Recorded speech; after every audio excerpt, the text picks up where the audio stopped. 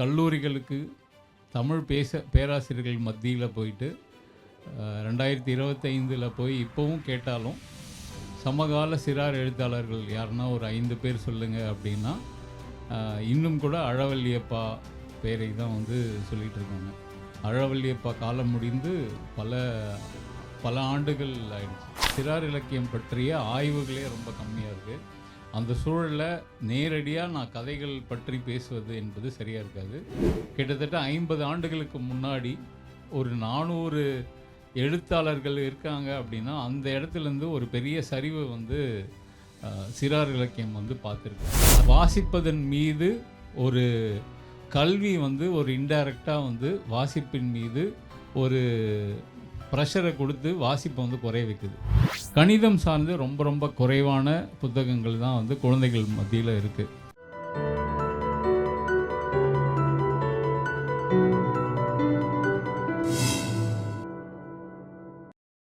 அனைவருக்கும் வணக்கம்.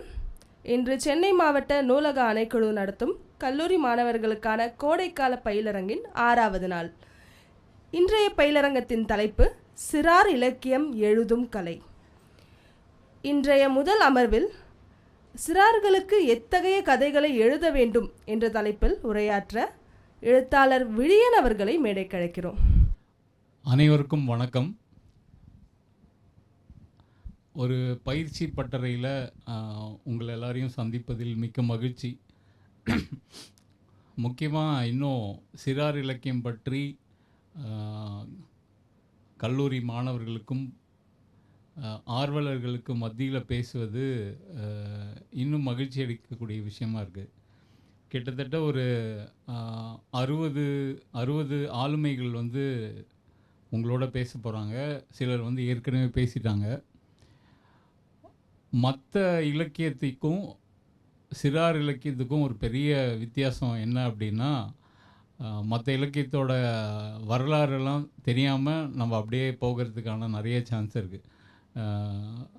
அங்கே அப்படியே கவிதை எழுதணுன்னா கவிதையோட நுவான்சஸ் எல்லாம் தெரிஞ்சுக்கிட்டு அங்கேருந்து எழுதுனா அது போதுமான விஷயமா இருக்கும். அதே போல் தான் நாவல்களுக்கும் சிறுகதைகளுக்கும் சினிமாக்கான திரைக்கதை ஒட்டியும் அப்படியும் வந்து நிறைய விஷயங்கள் இருக்குது.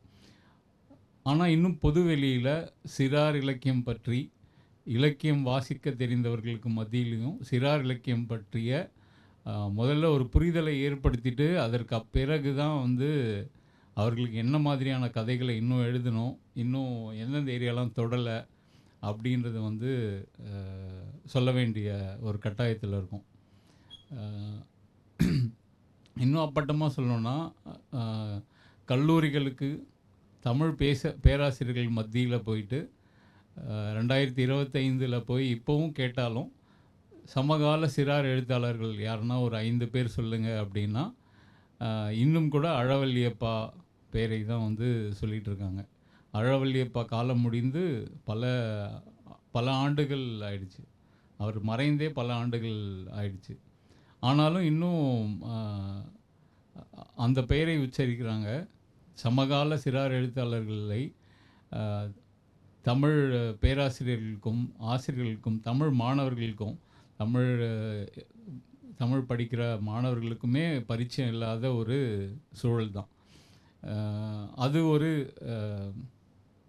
ரொம்ப கவலைக்குரிய ஒரு விஷயமாகவும் இருக்குது. ஏன்னா இப்போ நீங்கள் மற்ற துறைகளை பற்றி படிக்கணும் அப்படின்னா ரொம்ப எளிமையாக நிறைய ஆய்வுகள்லாம் பார்க்க முடியுது. இப்போ கவிதைகள் பற்றிய ஆய்வும் சரி, நாவல் பற்றிய ஆய்வு, சிறுகதை பற்றிய ஆய்வு அல்லது தலித் இலக்கியம் பற்றிய ஆய்வு அப்படின்ட்டு வந்து நீங்கள் எந்த துறை எடுத்தாலும் ஆய்வுகள் வந்து நிறைய கிடைக்குது. அதன் மூலம் நம்ம வந்து ஈஸியாக அதற்குள்ளே பயணிக்கிறதுக்கான வாய்ப்பு கிடைக்குது. ஆனால் ஒரு பெரிய சவால் வந்து என்ன அப்படின்னா, சிறார் இலக்கியம் பற்றிய ஆய்வுகளே ரொம்ப கம்மியாக இருக்குது. அந்த சூழலில் நேரடியாக நான் கதைகள் பற்றி பேசுவது என்பது சரியாக இருக்காது. அதனால் ஒரு சின்ன ஹிஸ்ட்ரியோட அது இன்றைக்கி மட்டும் இல்லை, இன்றைக்கி டேக்கு மட்டும் இல்லை, சிறார் இலக்கியம் உள்ளே வர உங்கள் எல்லாருக்குமே அது வந்து ஒரு ஆரம்ப புள்ளியாக இன்றைய நாள் இருக்கும் அப்படின்னு நினைக்கிறேன். ஸோ இன்றைக்கி என்ன எதெல்லாம் பேசலாம் அப்படின்னா, முதல்ல ஒரு சிறார் இலக்கியம் பற்றிய ஒரு மிகச்சின்ன வரலாறு. அப்புறம் ஒரு காலகட்டத்தை வந்து கோல்டன் பீரியட், பொற்காலம் அப்படின்னு வந்து ஒரு காலத்தை குறிப்பிடுறாங்க. ஏன் குறிப்பிடுறாங்க? அதன் பிறகு ஒரு பெரிய வீழ்ச்சி நடக்குது. அப்புறம் சிறார் இலக்கியத்தில் என்ன வகைமைலாம் இருக்குது, சமகால சிறார் இலக்கியத்தில் என்ன சிக்கல் இருக்குது, அப்புறம் என்ன இப்போ வந்து ரொம்ப கட்டாயமாக தேவையாக இருக்குது, அப்புறம் இன்னும் தொடாத பகுதிகள்லாம் என்ன, இதில் சில என்னோட முயற்சிகள் என்னென்ன, அப்புறம் ஒரு கேள்வி பதில், நிச்சயமாக ஒரு அரை மணி நேரம் கேள்வி பதிலோட இன்றைய நிகழ்வு இருக்கலாம் அப்படின்னு நினைக்கிறேன். ஓகே.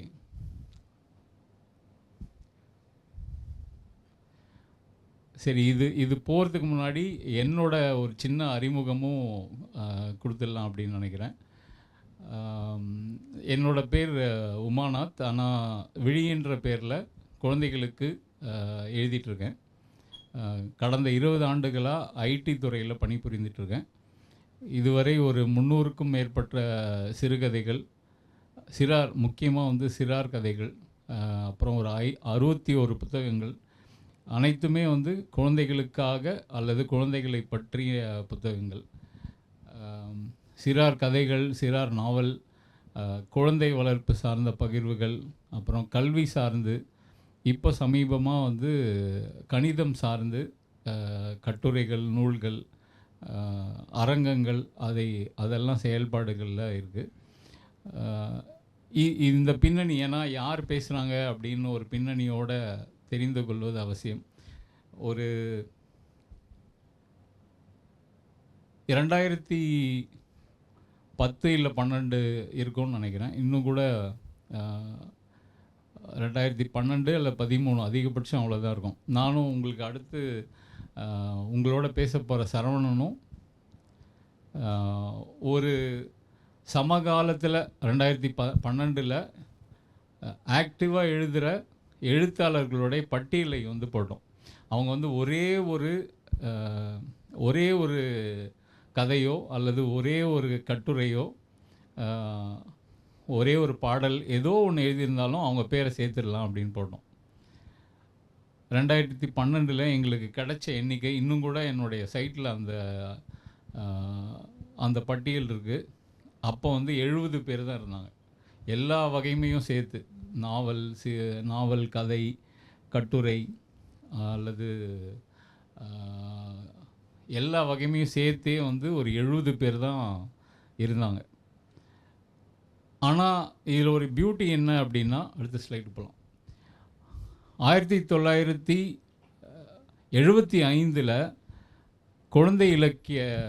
குழந்தைகள் சங்கம் வந்து ஒரு 25வது ஆண்டை வந்து கொண்டாடுறாங்க. அந்த சமயம் 400 எழுத்தாளர்களுடைய முகவரிகளை அச்சிடுறாங்க. அப்போது ஒரு கிட்டத்தட்ட 50 ஆண்டுகளுக்கு முன்னாடி ஒரு 400 எழுத்தாளர்கள் இருக்காங்க அப்படின்னா, அந்த இடத்துலேருந்து ஒரு பெரிய சரிவு வந்து சிறார் இலக்கியம் வந்து பார்த்துருக்கு. அதுக்கு பல்வேறு காரணிகள் நிச்சயமாக இருக்குது. இதை எப்படி பிரிக்கலாம் அப்படின்னா, 1900களுக்கு முன்னாடி சிறார் இலக்கியம் எப்படி இருந்தது, 50 வரை எப்படி இருந்தது, 90 வரை எப்படி இருந்தது, 90லேருந்து கோவிடுக்கு முன்னாடி இப்படி இருந்தது, கோவிடுக்கு பிறகு இப்படி வந்து ஒரு ப்ரீஃபாக வந்து பிரிச்சுக்கலாம். ஏன்னா ஒரு மாற்றம் வந்து இந்த காலகட்டங்களில் நகருது. இதில் வந்து பொற்காலம் அப்படின்னு சொல்கிறது 1945லேருந்து 1955 வரை அப்படி சொல்கிறாங்க. ஏன் அப்படி பொற்காலம் அப்படின்னா, எப்பவுமே ஒரு லிட்ரேச்சர், முக்கியமாக சைல்டு லிட்ரேச்சருக்கு ஒரு குறியீடு என்ன அப்படின்னா, நிறைய இதழ்கள், அதை சார்ந்த இதழ்கள், சிறார்களுக்கான இதழ்கள் நிறைய வரும்போது அதை வந்து ஒரு கோல்டன் பீரியட்னு குறிப்பிடுறாங்க. அந்த கோல்டன் பீரியட் வந்து இந்த டைமில் காலகட்டத்தில் வந்து கிட்டத்தட்ட 50 சிறார் இதழ்கள் வந்து வெளியே வந்திருக்கு. அது இன்ட்ரெஸ்டிங்காக என்னென்னா, நிறைய இதழ்கள் வந்து புதுக்கோட்டையில் இன்னும் வந்து காட்சிப்படுத்தியிருக்காங்க. ஒரு தனி நபரால் ஒரு நூலகம் வந்து மெயின்டைன் பண்ணிகிட்ருக்காங்க.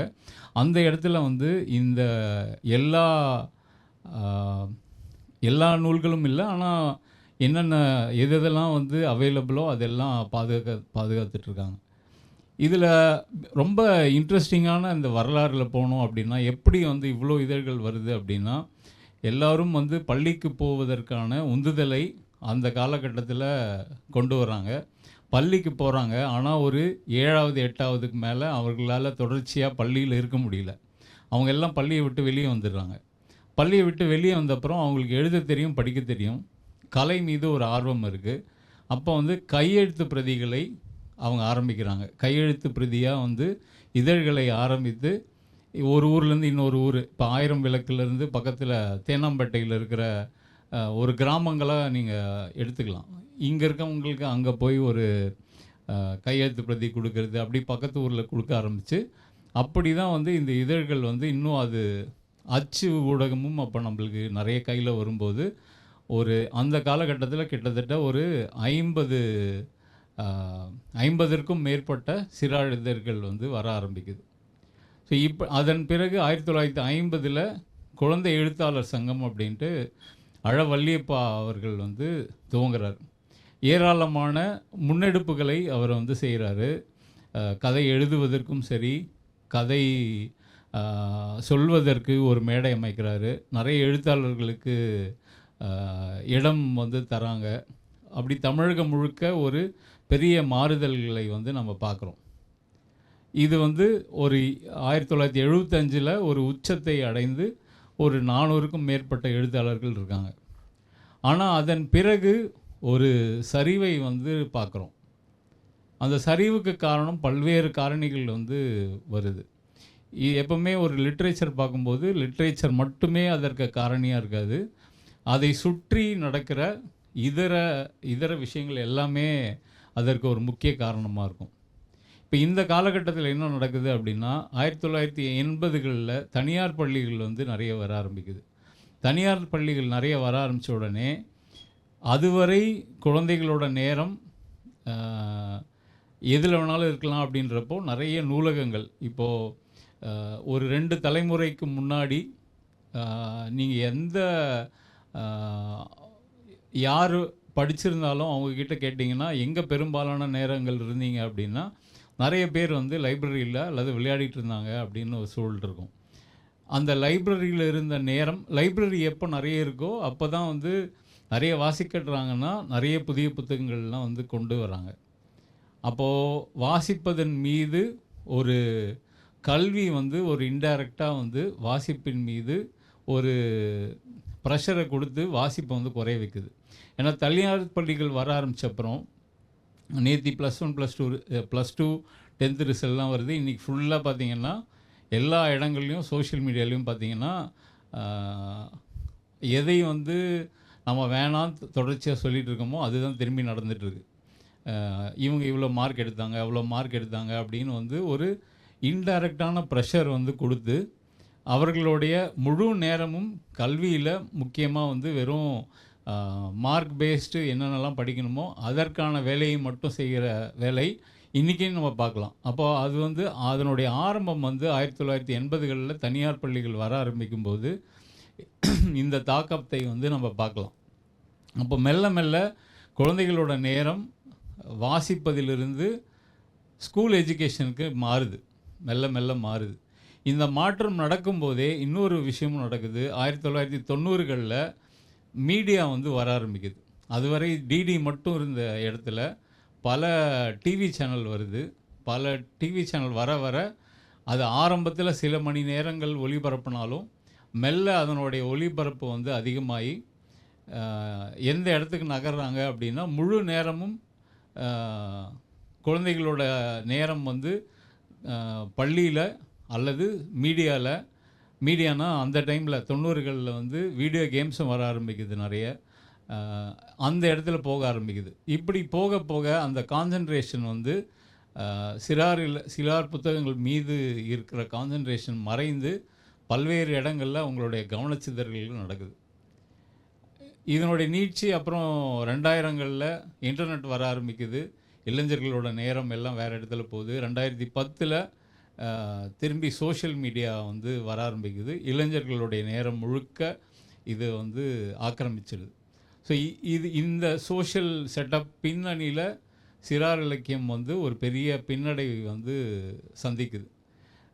எந்த அளவுக்கு சந்திக்குது அப்படின்னா, 50ல் இருந்த அந்த சிறார் இதழ்களோட எண்ணிக்கை இன்றைக்கி எவ்வளோ இருக்குன்னு நினைக்கிறீங்க? சம காலத்தில் எவ்வளோ இருக்குன்னு நினைக்கிறீங்க? எவ்வளோங்க? 10க்கும் கீழே. அதுதான் உண்மை.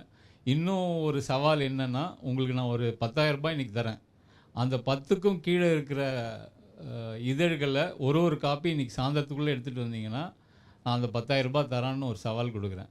அதுவும் சாத்தியம் இல்லை. ஏன்னா சில இதழ்கள் வந்து 3 மாதத்துக்கு ஒரு வாட்டி வருது. அதுவும் வந்து கடைகள்லாம் கிடைப்பதில்லை. இப்போது 90களில் 80களில் வந்து நீங்கள் பங்க் கடை அப்படின்னுவோம். இப்போ வந்து அந்த பங்க் கடையும் ரொம்ப கம்மியாயிடுச்சு. பங்க் கடையில் ஒரு சின்ன பெட்டி இருக்கும். அந்த கடைகளில் இதழ்கள், சிறார் இதழ்களும் சரி, காமிக்ஸும் சரி, எல்லாமே குழந்தைகளோட கைக்கு எட்டுற மாதிரியான விஷயமா இருந்தது. ஆனால் இது வந்து இப்போ என்ன ஆகிடுது அப்படின்னா, இதழ்கள் நீங்கள் வந்து 10 இருக்குது அப்படின்னு சொல்கிறோம். இன்டர்நெட்டோட வீரியம் ரொம்ப அதிகமாக இருக்குதுன்னு சொல்கிறோம். ஆனால் அது போய் நீங்கள் ஃபிசிக்கலாக வாங்குவது ஒரு பெரிய சவாலான விஷயமா இருக்குது. ஸோ இந்த நகர்வு வந்து ஒரு பெரிய அச்சுறுத்தலை சிறார் இலக்கியத்துக்கு வந்து தருது. அதனால தான் ஒரு 2010 வரைக்குமே ரிவர்ஸில் போயிட்டு இருக்குது. அப்படியே எண்ணிக்கை வந்து ஆண்டுகளுக்கு வந்து குறைஞ்சிட்டே இருக்குது. இதே காலகட்டத்தில் 2012, 13லலாம் வந்து சோஷியல் மீடியா வந்துட்ட அப்புறம் இந்த ஆண்டு வந்த புதிய சிறார் இலக்கிய புத்தகங்கள் என்ன அப்படின்னு ஒரு பட்டியலிடுறோம். அப்போவும் வந்து அந்த எண்ணிக்கை 10லேருந்து 12 வரைக்கும் தான். 10லேருந்து 15 வரைக்கும் கூட தான். 2015 வரைக்குமே கிட்டத்தட்ட இதே மாதிரியான சூழல் தான் இருக்குது. அதுவும் இப்போ சிறார் இலக்கியம்னு சொல்லிட்டா அதில் வந்து இப்போ குழந்தைகள் வந்து அப்டேட்டடாக இருக்காங்க. அவங்க வந்து பல்வேறு ஊடகங்களுக்கு எக்ஸ்போஸ் ஆகியிருக்காங்க. அந்த ஊடகங்களுக்கு ஏற்ற மாதிரி, அவங்களுடைய டேஸ்ட்டுக்கு ஏற்ற மாதிரி இந்த சிறார் இலக்கியம் நகர்ந்திருக்கா அப்படின்னா அதுவும் ஒரு பெரிய கேள்விக்குறி தான். ஸோ இந்த பின்னணியோடு தான் நாம் வந்து சிறார் இலக்கியத்தில் அப்புறம் இந்த பின்னணியே நம்மளுக்கு வந்து பெரும்பாலான மாணவர்களுக்கு, வரலாற்று மாணவர்களுக்கும் சரி, தமிழ் மாணவர்களுக்கோ அல்லது சிறார் இலக்கியம் எழுதணும்னு நினைக்கிறவங்களுக்கு வந்து இது வந்து ஒரு ப்ரீஃப் தான். இன்னும் நம்ம பேசணுன்னா ஒரு நாள் முழுக்க இதனுடைய சிக்கல்கள் எல்லாம் பேசலாம் அப்படின்னு நினைக்கிறேன்.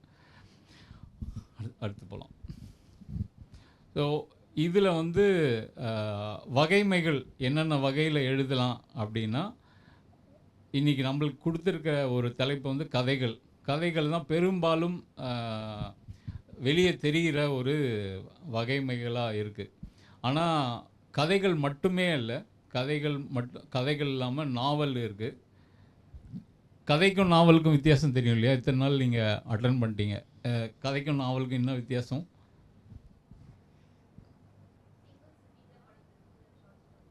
சிங்கிள் சிட்டிங்கில் படிக்கிறது ஷார்ட் ஸ்டோரி. ஓகே. கொஞ்சம் நிறைய நேரம் படிக்கிறது நாவல். ஓகே. வேறு பதில் இருக்கா?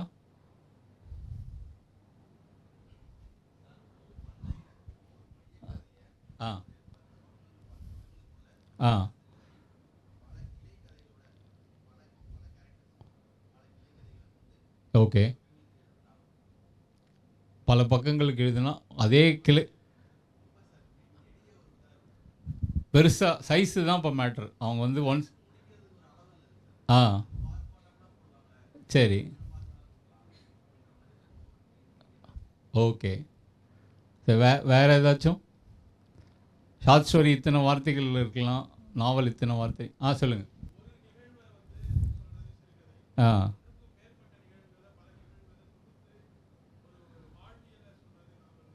Okay, super. ஸோ அவர் சொன்னது தான் கிட்டத்தட்ட ஒரு சம்பவத்தை அல்லது ஒரே சம்பவத்தை பல பார்வையிலிருந்தும் பார்க்கலாம். யார் பார்வையிலிருந்து பார்க்குறது முக்கியம். அதே போல் ஒரு நாவல் வந்து என்னென்னா, பல கதைகள்லாம் கிடையாது. பல கதைகள் சேர்ந்தால் ஒரு நாவல் ஆகிடுமானா கிடையாது. ஒரு நீண்ட கதை வந்து நாவல் ஆகிடுமானா கிடையாது. அது வந்து ஒரு வாழ்வியலை, ஒரு குறிப்பிட்ட ஏதோ ஒன்றை நோக்கி அதை பற்றி உலகம் அறியாத ஒரு விஷயத்தை ரொம்ப டீட்டெயிலாக சொல்வது நாவல் அப்படின்னு எடுத்துக்கலாம். ஏன்னா இந்த கிளாரிட்டியே வந்து நிறைய புத்தகங்களை வந்து நாவல்னு படிக்கிறோம். அது வந்து நீண்ட கதையாக தான் இருக்கும், அல்லது ஒரு கதை ஃபார்மேட்டில் தான் இருக்கும். அப்போது ஒரு வாழ்வியலை சொல்வது அப்படின்றது தான். இப்போ நீங்கள் இந்த ஆங்கிளில் வந்து நீங்கள் இதுவரை வாசித்த நாவல்கள்லாம் யோசித்து பார்த்தீங்க அப்படின்னா எல்லா நாவலுக்கும் அப்படி ஏதோ ஒரு பொருண்மை வந்து அழகாக வந்து உட்காரும். அதன் பிறகு தொடப்படாத சில இன்னும் பல, இந்த 2 தான் வந்து பிரதானமாக நம்மளுக்கு தெரியும். ஆனால் தொடப்படாத பல துறைகள் வந்து இதற்குள்ளேயே இருக்குது. ஏன் இது வந்து தொடப்படாது அப்படின்னா, ஒரு வகுப்பறையிலேயே இது கல்வி, நான் எப்பவுமே நிறைய வந்து கல்வி சார்ந்தும் இயங்கிட்டு இருக்கிறதுனால கல்வியோடு சம்மந்தப்பட்டு எல்லாத்தையும் பார்க்கணும் அப்படின்னு நினைக்கிறேன். இங்கே ஒரு வகுப்பறையில் நம்ம எல்லோரும் உட்காந்துட்ருக்கோம், இந்த அறையில் உட்காந்துட்ருக்கோம். இந்த அறையில் இருக்கிற எல்லாருக்கும் ஒரே டேஸ்ட்டாக அப்படின்னா நிச்சயமாக கிடையவே கிடையாது. அப்போ எல்லாருக்கும் வந்து கதைகளே பிடிச்சிரும், எல்லாருக்கும் நாவலே பிடிச்சிரும் அப்படின்னா நிச்சயமாக அது கிடையாது. சிலருக்கு வந்து வெகு நிச்சயமாக பாடல்கள் வந்து பிடிக்கும், வெகு நிச்சயமாக கவிதை சார்ந்து இயங்குவது. இங்கே இருக்கவங்களே அந்த மாதிரி தான். இத்தனை நாட்கள் வந்து நடந்திருந்தாலும் எப்போ நீங்கள் வந்து முன்னாடி வந்து உட்காருவீங்க அப்படின்னா உங்களுக்கு பிடிச்ச ஒரு விஷயத்தை பற்றி, கவிதை உங்களுக்கு பிடிக்கும்னா கவிதைக்கு 3 ரோல் வந்து உட்காந்துருவோம். கதை பிடிக்காது அப்படின்னா அது அப்படியே பின்னாடி போய் உட்காந்துருவோம். இதுதான் வந்து நம்மளோட இயல்பு. அப்போது டேஸ்ட் வந்து அவ்வளோ டேஸ்ட் இருக்குது. அப்படின்னா அவ்வளோ விதமான குழந்தைகள் இருக்காங்க, வாசிக்க எல்லாருமே உள்ளே வராங்க.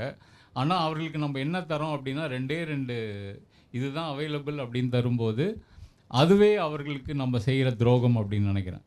அப்போ பல்வேறு வகைமைகளை நாம் இன்னும் சிறார் இலக்கியம், அதுவும் சமகாலத்தில் வந்து இன்னும் ஆரம்ப கட்டத்தில் தான் நம்ம வந்து இருக்கிறோம் அப்படின்னு நினைக்கிறேன். அப்போ பாடல்கள், முக்கியமாக பாடல்கள் மட்டும் இல்லாமல் அவர்களுக்கு கவிதை வடிவில், இப்போ கவிதை வந்து பெரியவர்களுக்கான கவிதைகளாக வச்சுருக்கோம், இளையோர்களுக்கான கவிதைகளோ அல்லது குழந்தைகளுக்கான கவிதைகளோ நம்மக்கிட்ட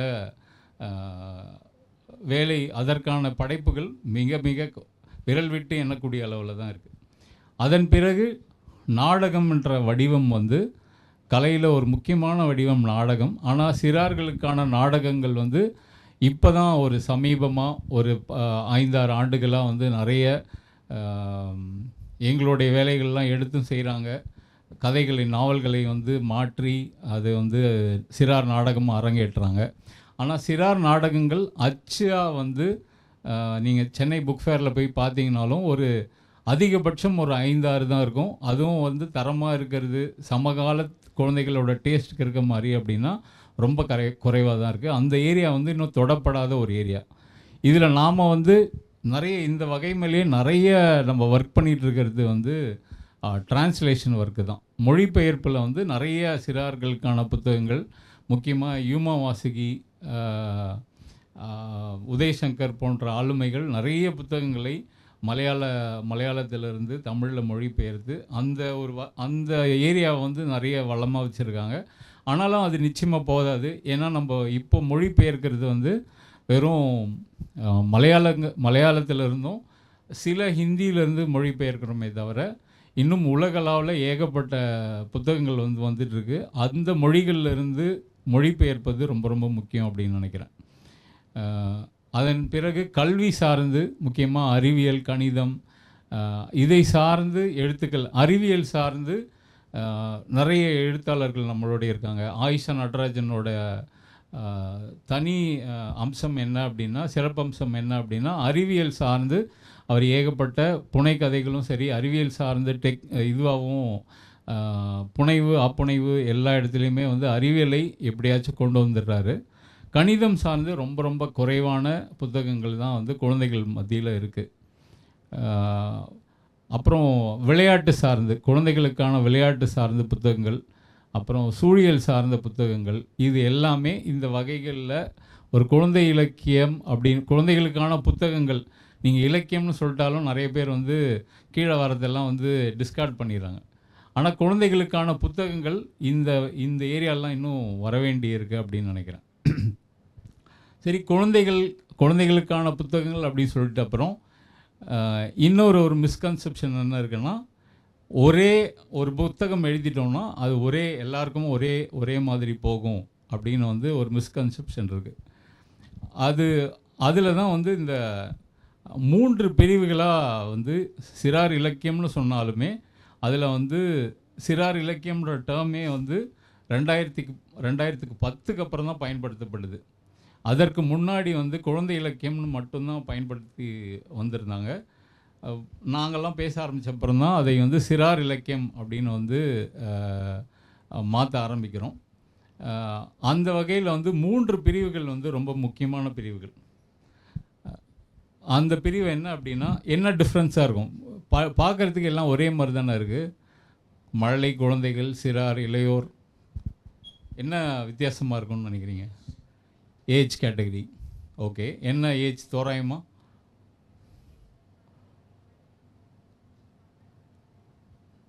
மழலைனா வந்து 5 வயசு 6 வயசு. ஓகே, சிறார்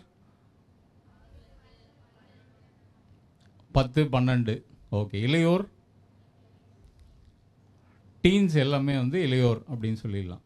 இது எல்லாமே அதாவது 18 வயது வரை அவர்களுக்கு படைக்கப்படும் இலக்கியம் எல்லாம் சிறார் இலக்கியம்னு சொல்லிட்டாலும் இந்த ஏஜ் கேட்டகரி வந்து ரொம்ப முக்கியம்.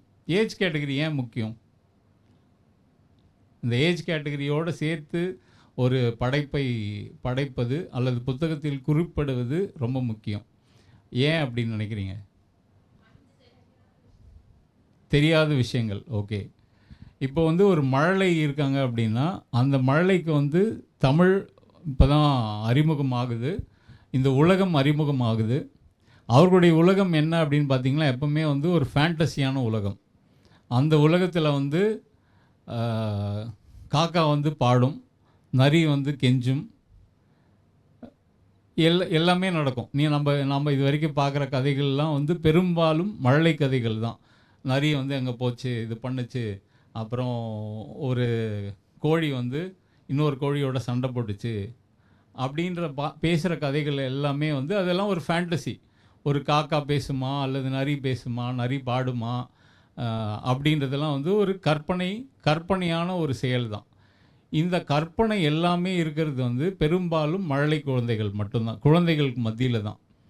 அதே வந்து ஒரு 8 வயசு 9 வயசு ஆகுது அப்படின்னா, நான் ரோட்டில் நடந்துட்டு வந்துகிட்டே இருந்தேன், ஒரு நாய் வந்து என்கிட்ட வந்து வழி கேட்டுச்சு அப்படின்னு சொன்னீங்கன்னா ஒரு 4-5 வயசு வரைக்கும் அதை வந்து கேட்டுப்பாங்க. ஆனால் ஒரு 7-8 வயசில் வந்து இவர் வந்து கதை விட்றாரு அப்படின்னு வந்து நல்லா தெரியும். அப்படின்னா என்ன ஆகுது அப்படின்னா, ஒரு ஃபிக்ஷன்லேருந்து ஒரு ஃபேக்ட்டுக்கு வந்து குழந்தைகள் வந்து மாறுறாங்க. அதுவரை வந்து இந்த உலகத்தையெல்லாம் நிஜம்னு நம்பிட்டு இருந்த குழந்தைகள் இதெல்லாம் பொய், இதெல்லாம் வந்து நீங்கள் சொல்கிறதெல்லாம் இல்லை அப்படின்ட்டு நிஜத்திலிருந்து ஒரு ஃபிக்ஷன்லேருந்து ஃபேக்ட்டுக்கு வந்து வர ஆரம்பிக்கிறாங்க. அந்த ஃபேக்ட்டுக்கு வர இடம் தான் வந்து சிறார் இலக்கியம் அப்படின்னு சொல்கிறோம். இது வந்து ஒரு 8லேருந்து 12 வயது வரையிலான குழந்தைகளுக்கு வந்து சிறார் இலக்கியம் அப்படின்னு சொல்கிறோம். டீன்ஸ் வந்து ஆப்வியஸ்லி வேறு. இவர்களுக்கான பொருண்மைகளும் வந்து வேறு தான். எல்லாருக்கும் ஒரே பொருண்மைனா நிச்சயமாக கிடையாது.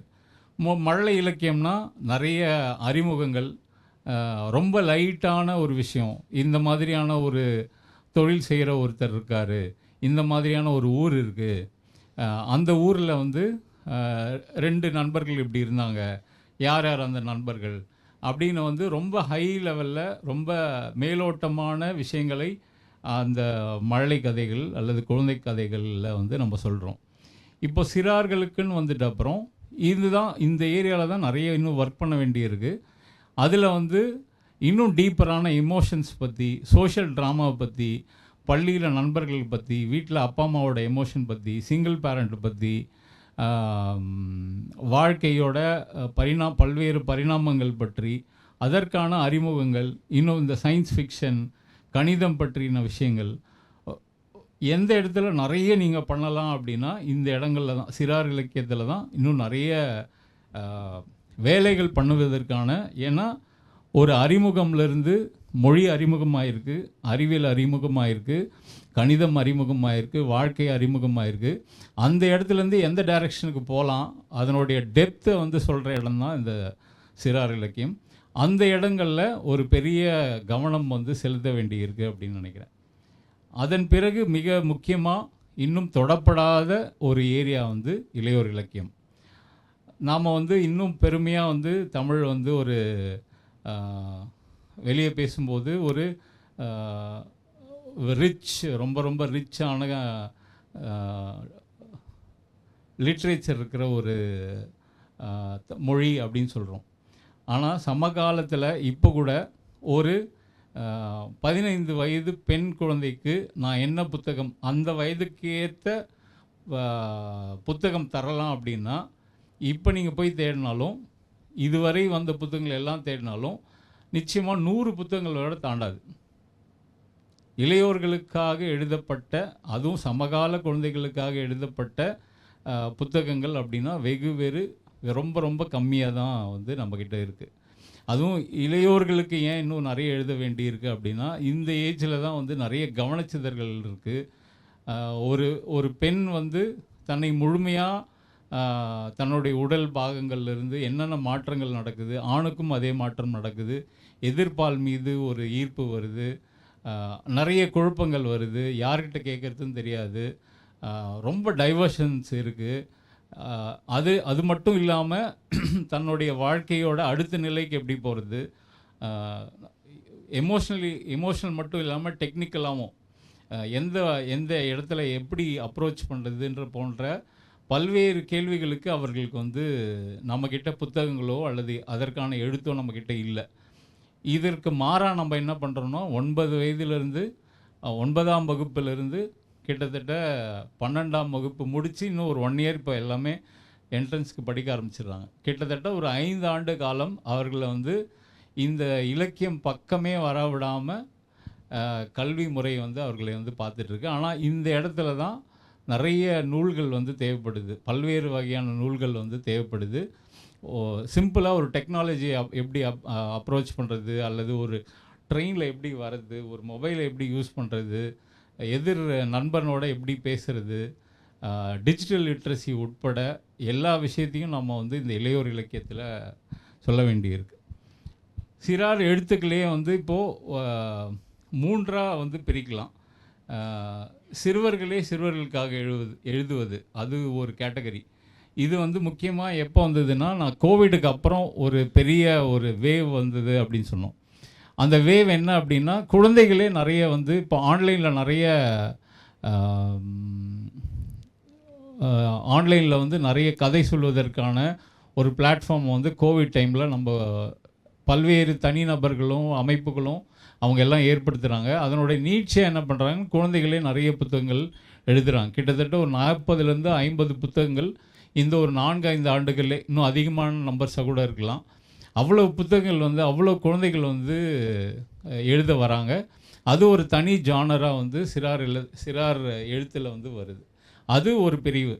அது வந்து அவர்களுடைய பார்வையிலிருந்து இந்த உலகை எப்படி பார்க்குறாங்கன்னு புரிந்து கொள்வதற்கு ஒரு மீடியம். அது வந்து பெரியவர்களும் இதை வந்து கவனிக்கலாம். அவர்களுடைய ஆசிரியர்களோ அல்லது பெற்றோர்களோ நிறைய கவனித்து பண்ண வேண்டிய இடம் அப்படின்னு நினைக்கிறேன். அப்புறம் சிறுவர்களுக்காக எழுதுவது, நம்ம இன்றைக்கி பேசுகிறதெல்லாம் வந்து சிறுவர்களுக்கு டைரெக்டாக எழுதுறது. இன்னொன்று வந்து சிறுவர்களுக்காக எழுதுவதிலே குழந்தை வளர்ப்பு சார்ந்து, கல்வி சார்ந்து, எப்படி குழந்தைகளை பார்க்கணும், அவருடைய சைக்காலஜி பற்றி எழுதுறது எல்லாமே சிறார் எழுத்து பிரிவிலே தான் வரும். ஆனால் நம்ம அந்த நடுவில் இருக்கிற சிறுவர்களுக்காக எழுதுவது பற்றி தான் நாம் இன்றைக்கி முழுக்க பேச போகிறோம் அப்படின்னு நினைக்கிறேன். ஓகே, இது இன்னும் கொஞ்சம் ப்ரீஃபாக போயிட்டு நம்ம அடுத்து இன்னும் போயிடலாம். சமகால சிறார் இலக்கிய சவால்கள் என்ன அப்படின்னா, இது ஒரு 4 கேட்டகரியாக வந்து பிரிக்கலாம். இப்போ எங்கே பிரிக்கலாம் அப்படின்னா, குழந்தைகளோட நேரம் எந்தெந்த இடத்தெல்லாம் இருக்குது, இந்த இடங்கள் இவ்வளோ ஒரு டைட் ஸ்கெடியூலில் இருக்கிற குழந்தைய வந்து நம்ம எப்படி படிக்க வைக்க போகிறோம், அல்லது எதில் வந்து நம்ம வந்து குறைக்கலாம் அப்படின்றத ஒரு பெரிய சவால். பள்ளியில் இருக்கிற நேரத்தை நம்மளால் நிச்சயமாக குறைக்க முடியாது. அப்புறம் கூடுதலான பயிற்சி. இப்போது இது வந்து ஒரு 40 ஆண்டுகளுக்கு முன்னாடி இந்த பயிற்சிலாம் கிடையாது.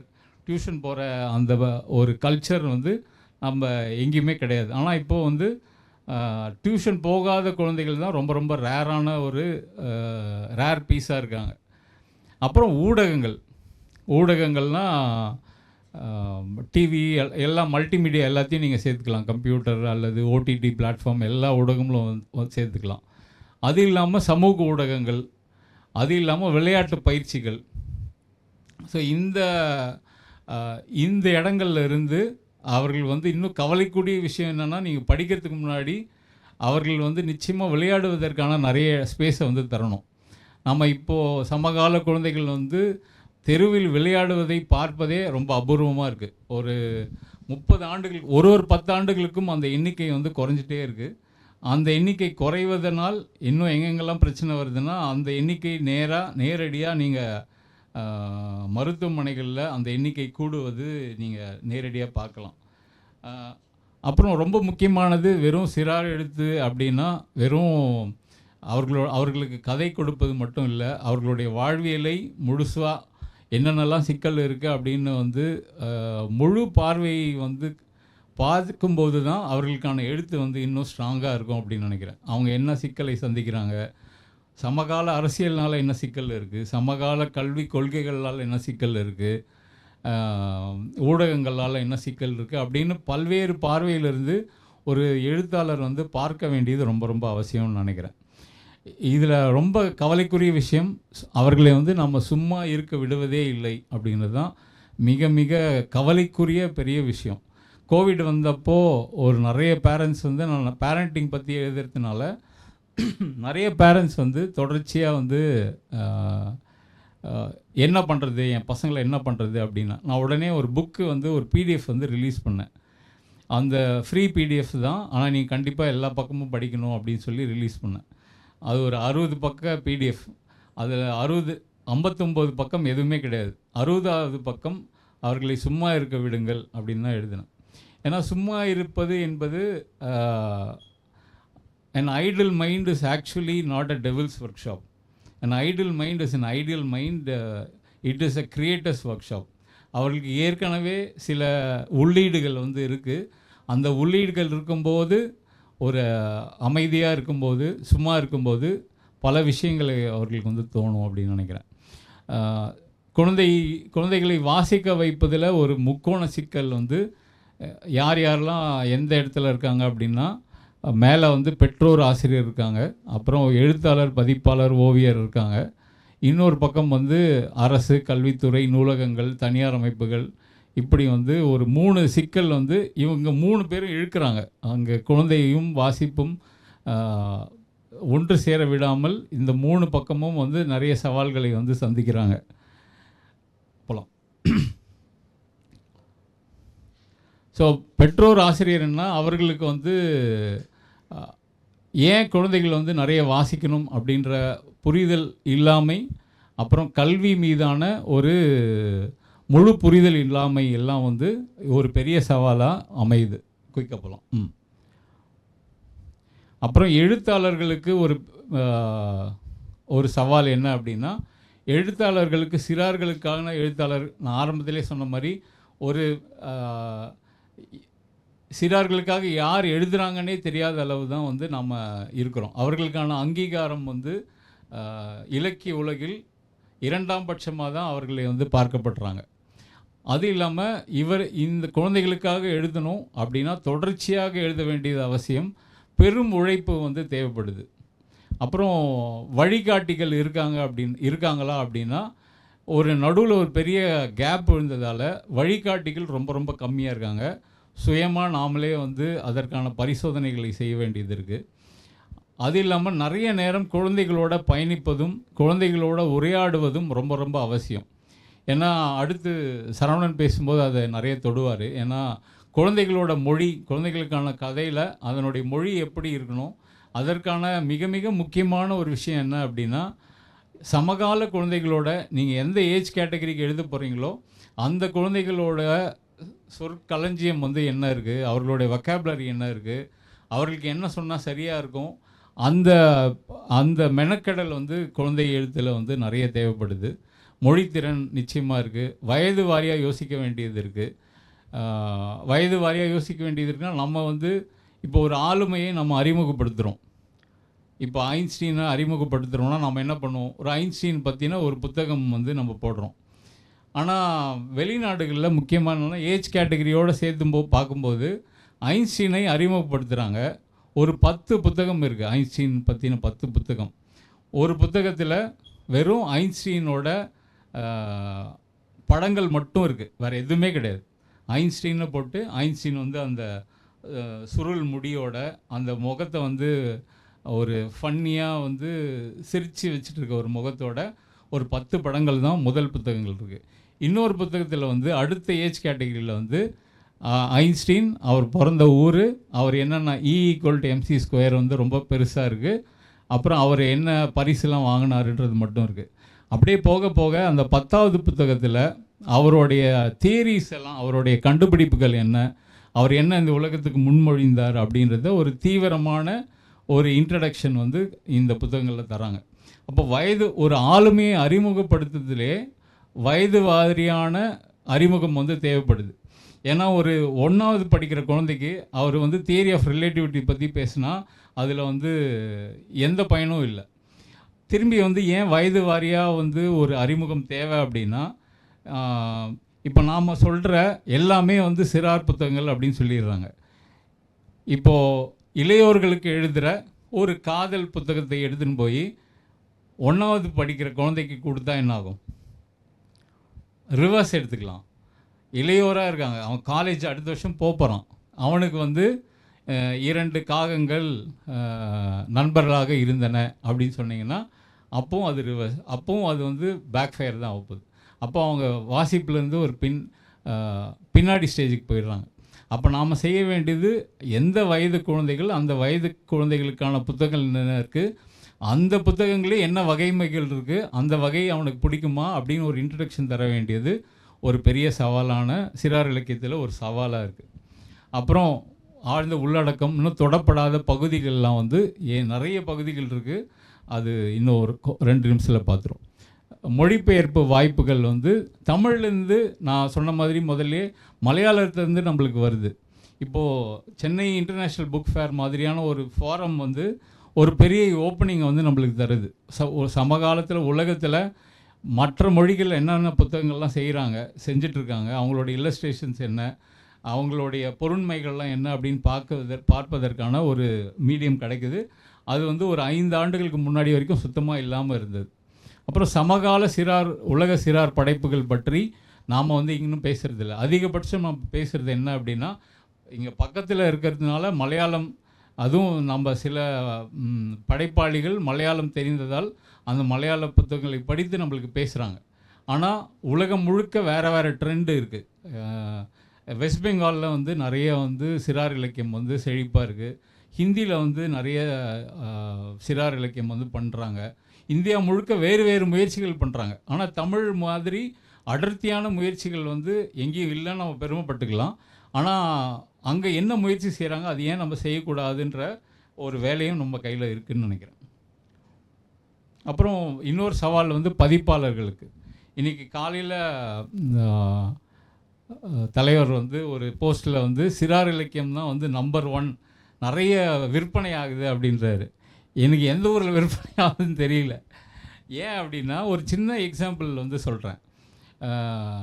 என்னுடைய அதிக பதிப்பிக்கப்பட்ட புத்தகம் வந்து பென்சில்களின் அட்டகாசம். அது வந்து இப்போ வந்து ஒரு 8 பதிப்பு நடந்திருக்கு. அது தமிழ், ஆங்கிலம், பெரிய சைஸ், இவ்வளோ பெரிய சைஸ் அப்படின்லாம் இருக்குது. அப்படின்னு மொத்தமே சேர்த்தாலே ஒரு 10,000 புத்தகங்கள் தான் வந்து பதிப்பு இதுவாகிருக்கு. 2011 நான் சொல்கிறேன். அது புத்தகம் வந்தது 2011. தமிழ்நாட்டில் மொத்தம் இருக்கிற பள்ளிகள் எண்ணிக்கை எவ்வளோ? 58,000 பள்ளிகள். 58,000 பள்ளிகள். ஆனால் நான் சொல்கிற கணக்கு வந்து கிட்டத்தட்ட ஒரு 15 ஆண்டுகளில் அவ்வளோதான் வந்து போகுது. சிறார் இலக்கியம் இல்லாமல் சிறார் எழுத்து சார்ந்து, இப்போ நீங்கள் ஒரு ஒர்க் புக் போட்டிங்கன்னா அது வந்து பிச்சுன்னு போகும். ஒரு ஜிகே புக் போட்டிங்கன்னா அது வந்து பிச்சுன்னு போகுது. அப்புறம் ஒரு வேர்டு புக்கு போட்டிங்கன்னா அது வந்து நிறைய போகுது. அதெல்லாம் மறுப்பதற்கு இல்லை. ஆனால் சிறார் இலக்கியம் சார்ந்து, முக்கியமாக தீவிர இலக்கியம், நவீன இலக்கியம், தீவிர இலக்கியம்லாம் கூட விட்டுருங்க, பயன்படுத்துகிற மாதிரி ஆகிடும். நவீன இலக்கியம் சார்ந்து நிறைய பேர் எழுதிட்டு இருக்கோம். அந்த புத்தகங்கள் வந்து இன்னும் குழந்தைகள் மத்தியில் போய் ரீச் ஆகலை. அது வந்து பதிப்பாளர்களுக்கு வந்து இப்போது மதியம் வந்து கிங் விஸ்வா பேசுவார். அப்போ வந்து காமிக்ஸ் பற்றி பேசுவார். காமிக்ஸு நம்மளே செய்கிற காமிக்ஸ் வந்து இன்னும் நாம் தமிழ்லேருந்து சுயமாக முழுசாக டாப் டு பாட்டம் வந்து செய்த காமிக்ஸோட புத்தகங்கள் வந்து ரொம்ப ரொம்ப குறைவு. இதற்கு ஏன் காரணம் அப்படின்னா வாசிப்பு ரொம்ப கம்மி. வாசிப்பு கம்மியாக இருக்குது அப்படின்னா ரேட் வந்து ரொம்ப ஜாஸ்தி. ஒரு புத்தகத்தோட ரேட் வந்து ஜாஸ்தி. இந்த சவால்களை எல்லாம் பதிப்பாளர்கள் நிறைய வந்து சந்திச்சிட்ருக்காங்க. அதே போல் ஓவியர்கள், நீங்கள் வந்து சமகால சிறார்களுக்கான எழுத்தாளரே சிக்கலாக இருக்கும்போது ஓவியர்களோட வந்து நம்ம நேம் பண்ணவே முடியாது. அந்த ஒரு பெரிய பிரச்சனை வந்து இருக்குது. அப்புறம் நூலகங்கள், இப்போ நம்ம இங்கே உட்காந்துட்டு இருக்க நூலகம் இவ்வளோ வந்து ஒரு மேடைகள்லாம் தந்துட்டுருக்காங்க, களங்களை வந்து ஏற்படுத்திட்டுருக்காங்க. ஆனால் இன்னும் பல்வேறு தமிழ்நாட்டில் தான் வந்து நிறைய நூலகங்கள் இருக்குது. ஆனால் அந்த நூலகங்களை இன்னும் செயல்பாட்டு இடங்களாக மாற்ற வேண்டிய வேலை வந்து நமக்கு இருக்குது. கடந்த 2-3 ஆண்டுகளாக நிறைய இந்த நவீன சிறார் புத்தகங்கள் வந்து நூலகங்களுக்கு போய் சேர்ந்துருக்கு. ஆனால் போய் சேர்ந்ததோடு இல்லாமல் அது செயல் வடிவம் குழந்தைகள் கைக்கு போய் சேர்ப்பதற்கு இன்னும் நிறைய மெனக்கிட வேண்டியிருக்கு. அது பல்வேறு ஆளுமைகளுடைய கூட்டு முயற்சியால் தான் செய்யப்படும். இன்னொரு முக்கியமான ஒரு சவால் என்னென்னா, ஆரம்பத்திலே அதை அடிக்கோடிட்டேன், குழந்தை இலக்கியம் பற்றின ஆய்வுகள் மிக மிக கம்மியாக இருக்குது. ரொம்ப ரொம்ப கம்மியாக இருக்குது. இப்போ நாங்கள் வந்து நீங்கள் யாராச்சும் ஒருத்தர் வந்து என்னென்னாலும் நடந்திருக்கு அப்படின்னு நீங்கள் தேடி போனீங்க அப்படின்னா உங்களுக்கு ஒரு 3-4 ஆய்வு புத்தகங்கள் கூட கிடைக்காது. யூனிவர்சிட்டிஸில் கூட அதை பற்றிய ஆய்வுகள் ரொம்ப ரொம்ப கம்மியாக தான் இருக்குது. அந்த ஆய்வுகள் இப்போ நீங்கள் ஆங்கிலத்தில் தேடினாலும், இப்போ நீங்கள் வந்து போயிட்டு கான்டெம்பரரி மலையாளம் லிட்ரேச்சர் அப்படின்னு தேடினீங்கன்னா ஒரு நிறைய ஆர்டிகல்ஸ் வரும். Contemporary Tamil literature, children literature அப்படின்னு நீங்கள் வந்து ஆங்கில கட்டுரைகள் தேடினாலும் ரொம்ப ரொம்ப மினிமல் தான். நீங்கள் ஒரு 10 ஆர்டிகிள் கூட நீங்கள் வந்து பார்க்க முடியாது. சமகாலத்தில் எழுதுகிறவங்களுடைய பேரை ஆங்கில ஆர்டிகிளில் பார்க்குறதே அபூர்வம்.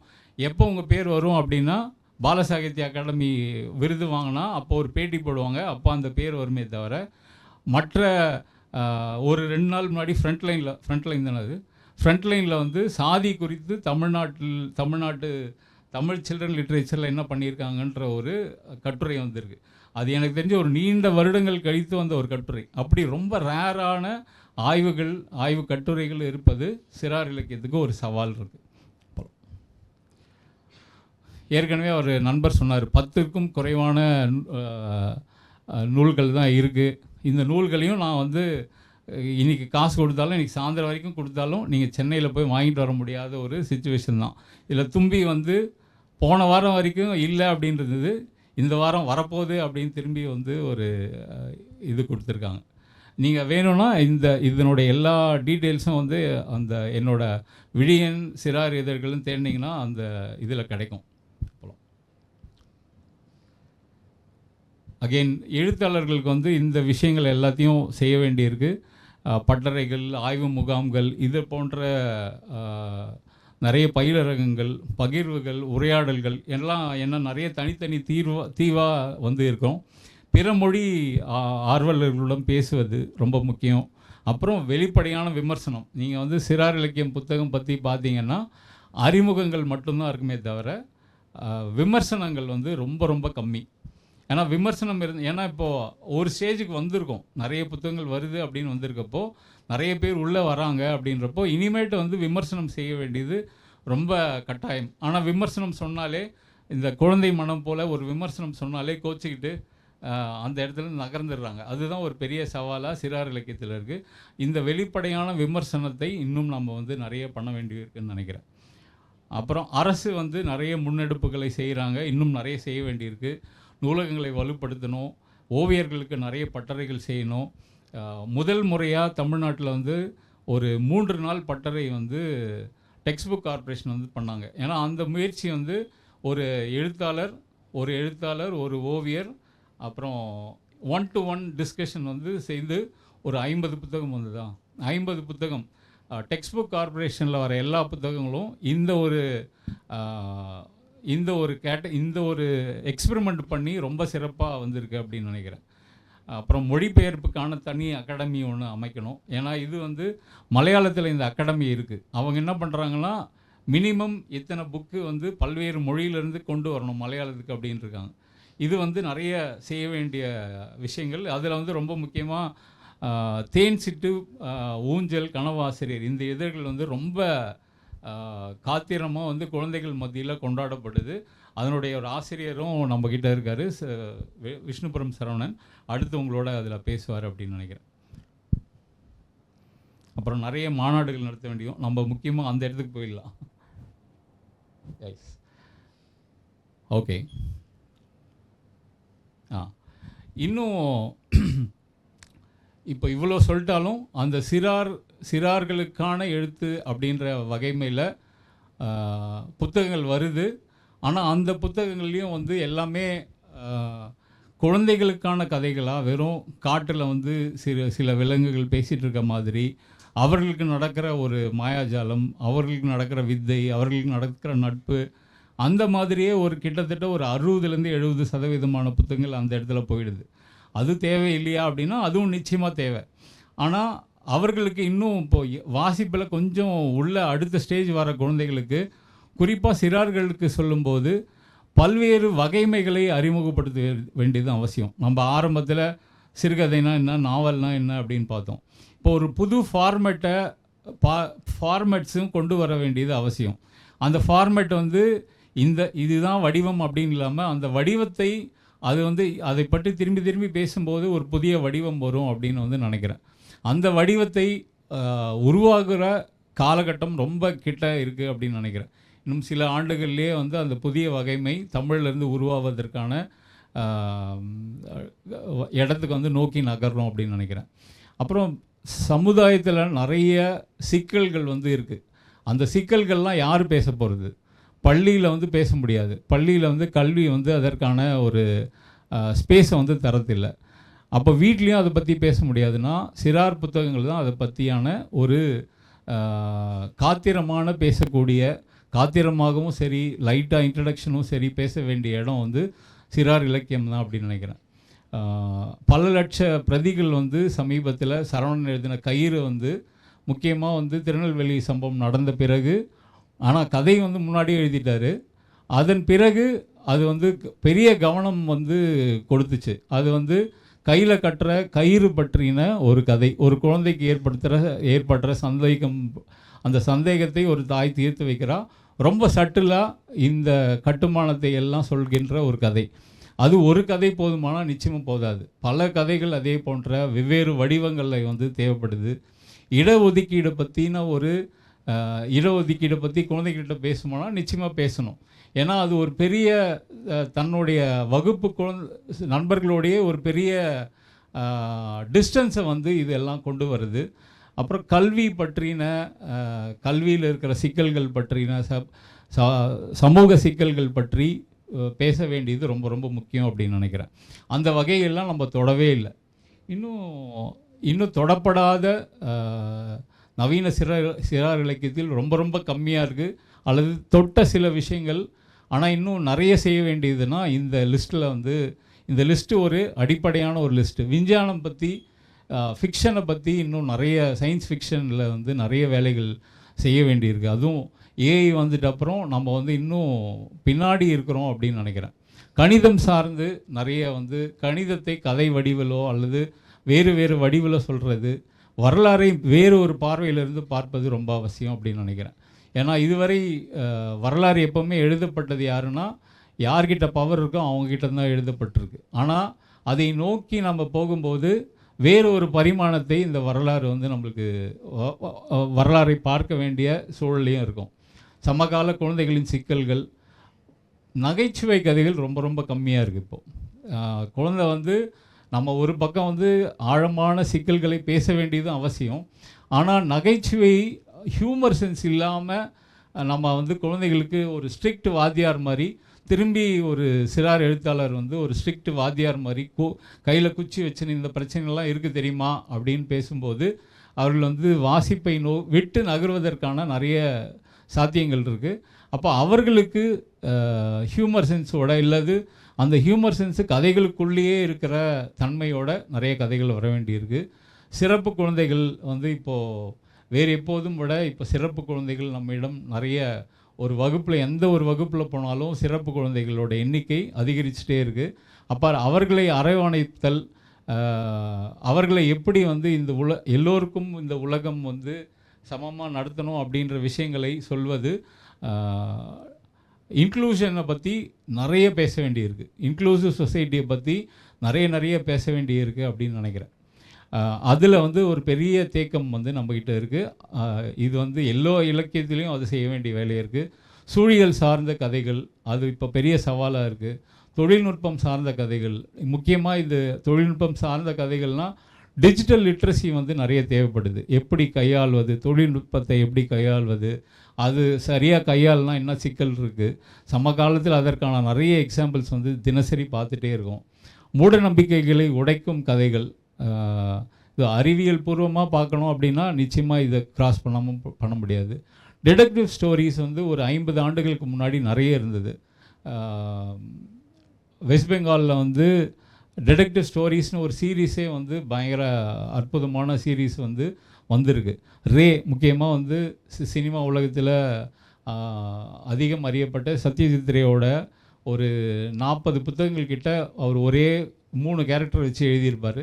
அந்த மாதிரி தமிழில் வந்து துப்பறிம்பு சாம்பு வந்தது, அதன் பிறகு ஒரு கேரக்டர் உருவாச்சா அப்படின்னா இல்லை. சுஜாதா வந்து அது பெரியவங்களுக்காக முயற்சி செய்தார். ஆனால் குழந்தைகளுக்கு ஏன்னா டிடெக்டிவ் இதெல்லாம் வந்து அவர்களுக்கு வந்து ரொம்ப ஈர்க்கிற ஒரு விஷயமா இருக்குது. ஆனால் அந்த ஏரியா வந்து நம்ம டச் பண்ணாமல் இருக்கோம். முன்னே சொல்ல மாதிரி அறிவியல் புனைவுகள் எழுத வேண்டியது இருக்குது. பயண அனுபவங்கள் ரொம்ப கம்மியாக குழந்தைகளுக்கு வந்து அறிமுகப்படுத்துகிறோம். ஏன்னா திரும்ப வாசிப்பும் பயணமும் மட்டும்தான் வந்து அவர்களுடைய வாழ்க்கையை அடுத்த லெவல் கொண்டு போகும் அப்படின்னு நினைக்கும்போது சொல்லும்போது பயண அனுபவங்களும் பயண கட்டுரைகள் பயணம் சார்ந்த கதைகள் படைப்புகள் அது வந்து ரொம்ப கம்மியாக இருக்குது. அந்த இடங்கள்லையும் வந்து செய்ய வேண்டியிருக்கு அப்படின்னு நினைக்கிறேன். அப்புறம் இது வந்து நம்ம முதல்ல டீட்டெயிலாக பேசிட்டோம். இளையோர் இலக்கியம் ரொம்ப தேவையான ஒரு இடம். இந்த சிறார் இலக்கியங்களே ரொம்ப தேவையான ஒரு இடம் இளையோர் இலக்கியம். அதை வந்து இன்னும் இளையோர் இலக்கியத்தை வந்து இன்னும் தொடுவதற்கான இப்போ தான் ஆரம்பிச்சிருக்கோம் அப்படின்னு நினைக்கிறேன். அங்கங்கே சில புத்தகங்கள் வந்து வர ஆரம்பிக்குது. ஆனால் நிறைய முக்கியமாக அந்த இளையோரிலிருந்து விடுபட்ட அல்லது அந்த இடத்துலையே இன்னும் இருக்கிற உங்களை மாதிரி ஆட்கள் இன்னும் அதில் வந்து, ஏன்னா உங்கள் பிரச்சனைகள் நிறைய தெரியும் உங்களுக்கு, அதை பற்றி எழுதும்போது இன்னும் சுவாரஸ்யமாக இருக்கும் அப்படின்னு நினைக்கிறேன்.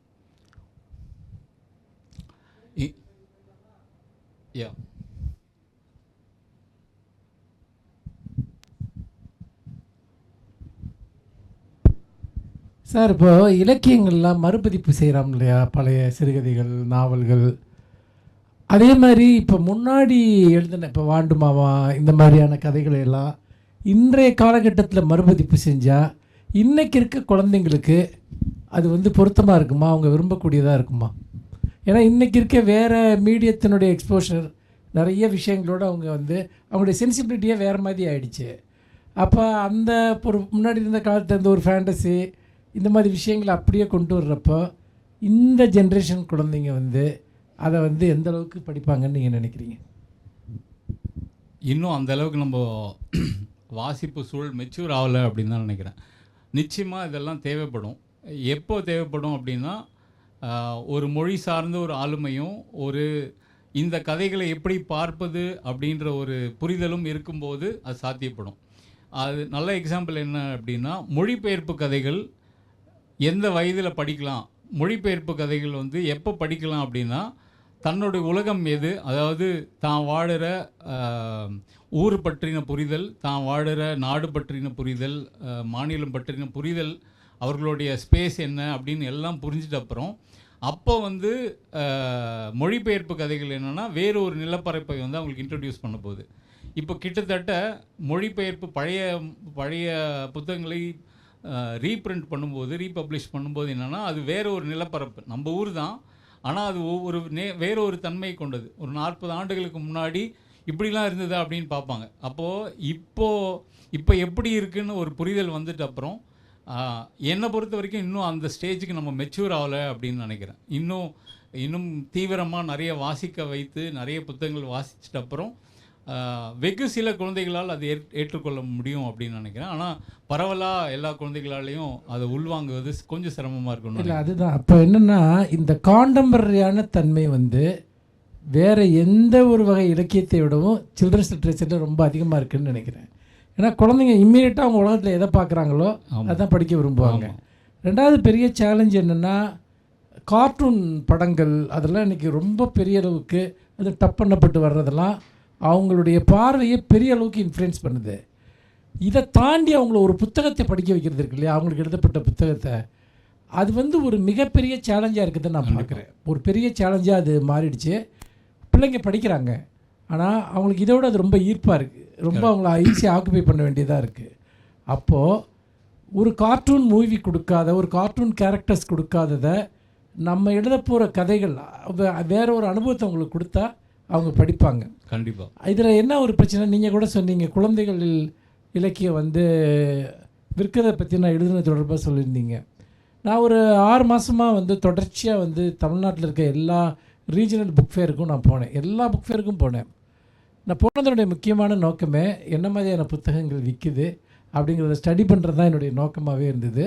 நிறைய பேர்த்துக்கிட்ட பேசினேன், ரீடர்ஸ், இது புக் செல்லர்ஸ் எல்லாத்தையுமே.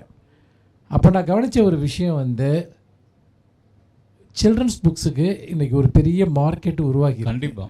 ஆனால் அந்த மார்க்கெட்டை வந்து தவறான ஆட்கள் கையாளுறாங்க.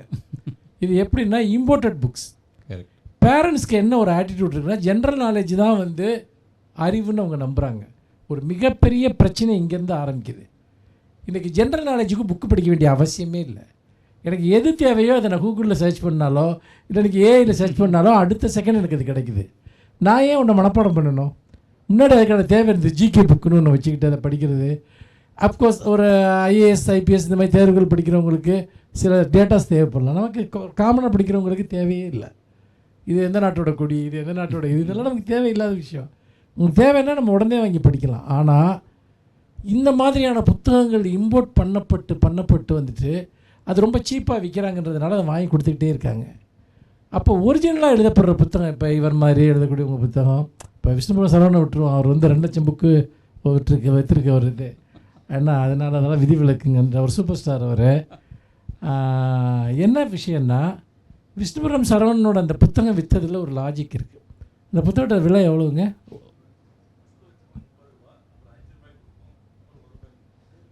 எப்போவுமே பொருள் விலை ஏறும், இங்கே மட்டும்தான் ரிவர்ஸில் வந்திருக்கு. ஏன்னா மாசாக ப்ரொடக்ஷன் பண்ணி குழந்தைங்க புக் ஃபேருக்கு வர்றாங்க இல்லையா, ஏகப்பட்ட குழந்தைகள் தான் பெரும்பகுதி புக் ஃபேரை வந்து உயிரோடு வச்சுருக்காங்க. அவங்களுக்கு வந்தோடனே அண்ணே 5 ரூபாய்க்கு ஒரு புக் இருக்கா, 10 ரூபாய்க்கு ஒரு புக் இருக்கான்னு கேட்குறாங்க. ஊரில் எல்லாம் கிராமங்களில் பிள்ளைங்கள்ட்ட அவ்வளோதான் காசு இருக்கான். என்ன துரதிஷ்டம்னா, நிறைய பேர்கிட்ட 5 ரூபாய்க்கு புக்கு இல்லை, 10 ரூபாய்க்கு புக்கு இல்லை.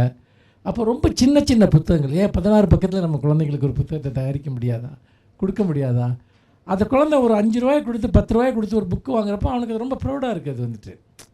அப்போது இதில் பப்ளிஷர்ஸ், ரைட்டர்ஸ் எல்லோரும் சேர்ந்து செய்ய வேண்டிய ஒரு ஒர்க்கு என்னென்னா, ரொம்ப சின்ன புத்தகங்கள், அதே சமயத்தில் இந்த காலகட்டத்து குழந்தைகளை ஈர்க்கக்கூடிய புதுமையான கதைகள். இப்போ வந்து பார்த்திங்கன்னா, ஒருத்தன் வந்து முன்னாடி நம்ம வந்து பறக்கங்கம்பளத்தில் பறந்து போகிற கதையை அம்புலி மாமாவில் எழுதுவான் வந்துட்டு, இன்றைக்கி டைம் மிஷினில் போகிற மாதிரி எதுனா தான் பிள்ளைங்க படிப்பாங்க. ஒரு உதாரணத்துக்கு சொல்கிறேன், பறக்கங்கம்பளம் வந்து இன்றைக்கி டைம் மிஷினாக இல்லைன்னா ஒரு விண்கலத்தில் போகிற மாதிரி எதுனா அதை படிப்பாங்க. இதில் இளைஞர்கள் இந்த ஒர்க் ஷாப்பில் வந்திருக்கவங்களுக்கு உள்ள ஒரு விஷயமா நான் என்ன நினைக்கிறேன்னா, நீங்கள் எல்லாருமே குழந்தைகளுக்கான கதைகள் எழுத முடியும். நீங்கள் எல்லாருமே குழந்தைகளுக்கான கதைகள் எழுத முடியும். ஒரு பிக் மார்க்கெட்டு இன்றைக்கி அதுக்கு இருக்குது. ஆனால் அந்த மார்க்கெட்டை நமக்கு சம்மந்தம் இல்லாத ஆளுங்க எக்ஸ்ப்ளோர் பண்ணி கையில் வச்சுருக்காங்க. புக் ஃபேர் சேல்ஸில் நான் ஸ்டடி பண்ண வரைக்கும் 70% சேல்ஸ் வந்துட்டு குழந்தைகள் சம்மந்தமான புக்கு தான் விற்கிது. ஆனால் அது நம்ம எழுத்தாளர்கள் எழுதின புத்தகங்கள் இல்லை. இதுதான் மிகப்பெரிய ஒரு துரதிர்ஷ்டம். இதுதான், இதை நம்மளால் உடைக்க முடியும். இப்போ உங்ககிட்ட சாரி, நீங்கள் கேள்வி கேட்குறதுக்கு முன்னாடி யாராவது ஒருத்தர் ஒன்று சொல்லுங்கள்.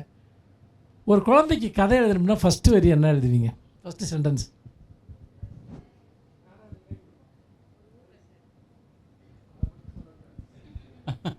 எல்லாருமே ஒரு ஊரில் தான் இருக்கா, அது கதையே கிடையாது. அது ஒரு மைக் கொடுங்களேன், மைக் கொடுமா உள்ள. யாராவது ஒரு சென்டென்ஸ் தான் சொல்லணும். குழந்தைங்களுக்கு கதை எழுதுனா ஒரு சென்டென்ஸ் என்ன சொல்லுவீங்க? எப்படி ஆரம்பிங்க அந்த கதையை? அதை படித்த உடனே அந்த குழந்தை வந்து அந்த கதையை தொடர்ந்து படிக்கலாம் அப்படின்னு அதுக்கு தோணணும். சார் ஹாய் குட்டீஸ் அப்படின்னு எழுதலாம். அது ஸ்பீச்சுங்க. அது இல்லை கதையில் நீங்கள் கதை சொல்லக்கூடாது, கதை நடக்கணும் அதுக்குள்ளார. ஒரு சென்டென்ஸ் சொல்லுங்கள். ஒரு குழந்தை வந்து அந்த கதையை தொடர்ந்து படிக்கணும்னா ஃபஸ்ட் லைன் என்ன எழுதுவீங்க? ஒரு ஊரில் மட்டும் இது சொல்லக்கூடாது, மற்ற எல்லாம் சொல்லலாம். ஏன்னா ஒரு ஊரில் அடுத்து ஒரு பாட்டி வடை சுட்டான்னு ஆரம்பிப்பீங்க. செல்ஃபோன் மணி அடிக்க தொடங்கியது. செல்ஃபோன் மணி அடிக்க தொடங்கியது. நைஸ். வேறு யாராவது சொல்லுங்கள். குழந்தைங்களுக்கு அடுத்த நிமிஷம் அந்த கதையை படிக்கணும்.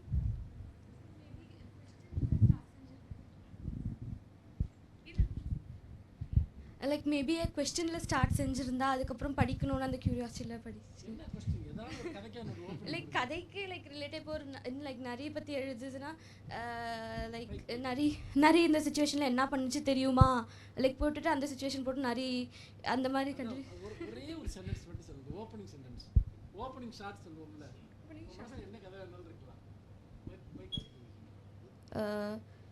நிறைய அதோட நண்பர் பூனைக்கிட்ட என்ன சொல்லு ஒரே கதையை ஓப்பன் பண்ணால் எப்படி ஓப்பன் பண்ணுவீங்க?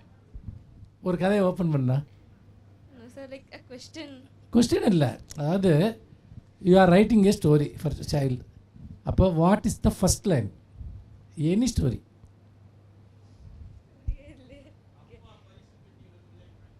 அப்பா பரிசு அந்த மாதிரி, ஜஸ்ட் லைக் அந்த மாதிரி.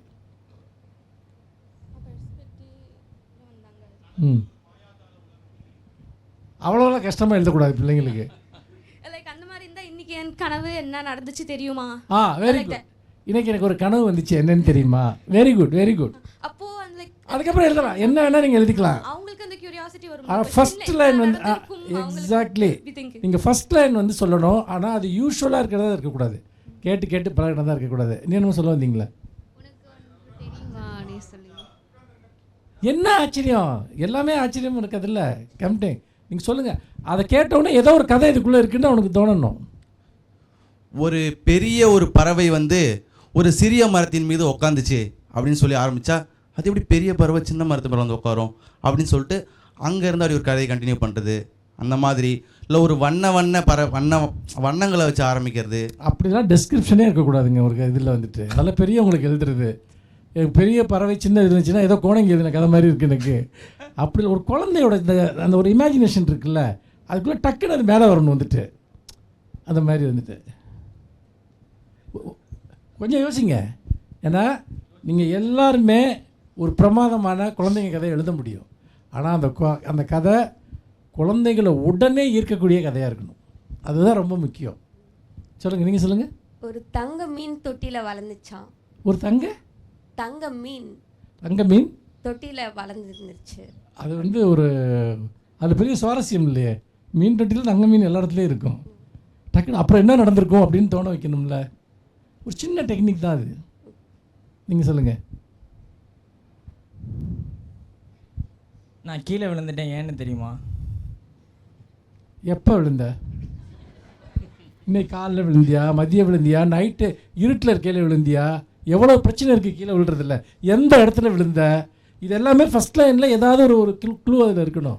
நீ சும்மா கீழே விழுந்துட்டேன்னா, இப்போ சேரில் கீழே விழுந்துட்டேன்னா அதில் மேட்ரு கிடையாது. சேரில் உட்காந்து சேர்லேருந்து கீழே விழுந்துட்டேன்னா அது சுவாரஸ்யம் இல்லை. நடந்து போயிட்டு இருக்கும்போது அதுவும் சுவாரஸ்யம் இல்லை. வந்து ஒரு ஆர்வமாக கேட்கணும் அந்த கதையவா, இந்த இடத்துல இருந்து நான் விழுந்தேன்னு. இன்றைக்கி நான் ஒரு மலையிலேருந்து கீழே விழுந்துட்டேன் தெரியுமான்னு ஆரம்பித்தேன்னு வச்சுக்க. இவன் ஏன் மலைக்கு போனான், மலையில் என்ன இருந்துச்சு? நான் மரத்து மேலே இருந்து இன்றைக்கி கீழே விழுந்துட்டேன்னு சொன்னால் இவன் ஏன் மரத்து மேலே ஏறினா? சுவாரஸ்யங்கிறது அதுதான். சும்மா கீழே விழுந்துட்டேன்னா அந்த கதை யாரும் படிக்க மாட்டாங்க. புரியுதா? பார்த்தவொன்னே ஐயோ இதுக்குள்ளே ஏதோ ஒரு மேட்ரு இருக்குதுன்னு தோண வைக்கணும். சிறுவர் கதைக்கு மட்டும் இல்லை, எல்லா கதைகளுக்கும் அது பொருந்தும். ஆனால் குழந்தைகள் கதைக்கு ரொம்ப பொருந்தும். நீ 2 வார்த்தைக்குள்ளே சொல்லி அவன் அந்த குழந்தைய உள்ளே கொண்டு வரலன்னா அவன் அந்த புக்கை படிக்க மாட்டான். நீங்கள் எல்லாமே சில்ட்ரன்ஸ் ஸ்டோரிஸ் எவ்வளவு ஆப்ஷன் இருக்குன்னு வில்லியன் சொன்னார் இல்லையா? நீங்கள் வந்து ஒரு நல்ல டிரான்ஸ்லேட்டராக இருக்க முடியும், நல்ல கதைகள் எழுத முடியும். அதனால தான் சொன்னேன், ஒரு பெரிய இண்டஸ்ட்ரி இன்றைக்கி டெவலப் ஆகிட்டுருக்கு. அதை வெளியே இருந்து ஆட்கள் அதை கரெக்ட் பண்ணிகிட்ருக்காங்க. இப்போ வில்லியன் மாதிரி, இப்போ சரவணன் மாதிரி இருக்கிறவங்கலாம் உங்களுக்கு நிறைய கைட் பண்ணுவாங்க எப்படி எழுதணுன்னு. எங்களை மாதிரி பப்ளிஷர்ஸ் இருக்கோம். இங்கே வந்து பிள்ளைங்களுக்கு எப்படி கதை எழுதுன்னு நீங்கள் தெரிஞ்சுக்கிறதுக்காக இல்லை, நீங்கள்லாம் ஒரு ரைட்டராக ஒரு ப்ரொஃபஷனாக இதை நீங்கள் மாற்றிக்க முடியும். அதுக்காக தான் இந்த எஃபோர்ட்டை நாங்கள் எடுக்கிறோம். ஏதோ சம்மர் காலத்தில் நீங்கள் வந்துட்டு கேட்டுட்டு போகிறதுக்காக இல்லை. இப்போ நான் இந்த கேள்வியை கேட்டதுங்கிறது இப்போ குழந்தைகளுக்கான இவ்வளோ இது சொன்னார் இல்லையா, நம்ம ஒரு கதை எழுதி பார்க்கலான்னு உங்களுக்கு தோணணும். போய்ட்ரி ஒர்க் ஷாப்புன்னு இது அதுக்கு தான் பண்ணோம். நம்ம ஒரு கவிதையை எழுதி பார்க்கலான்னு தோணணும். அப்படி தோணி நீங்கள் எழுதிட்டு இருந்தீங்கன்னா அதோட சந்தோஷம் எதுவுமே இல்லை.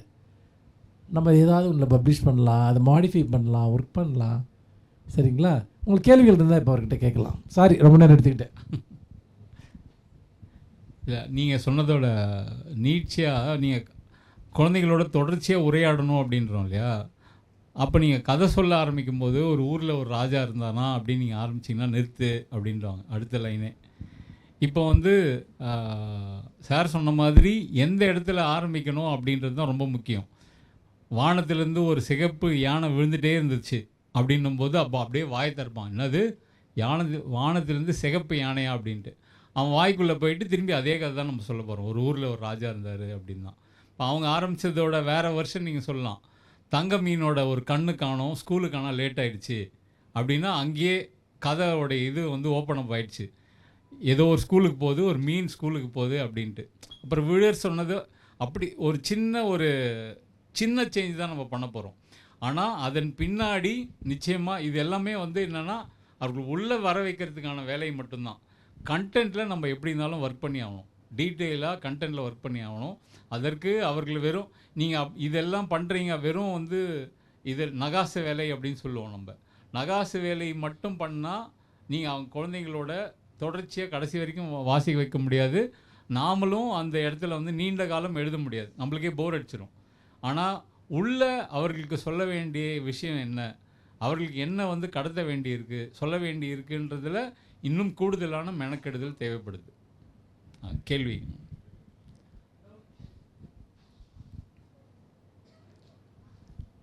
சார், நீங்கள் ட்ரான்ஸ்லேஷன் ஒர்க்ஸ் பற்றி சொல்லியிருந்தீங்க.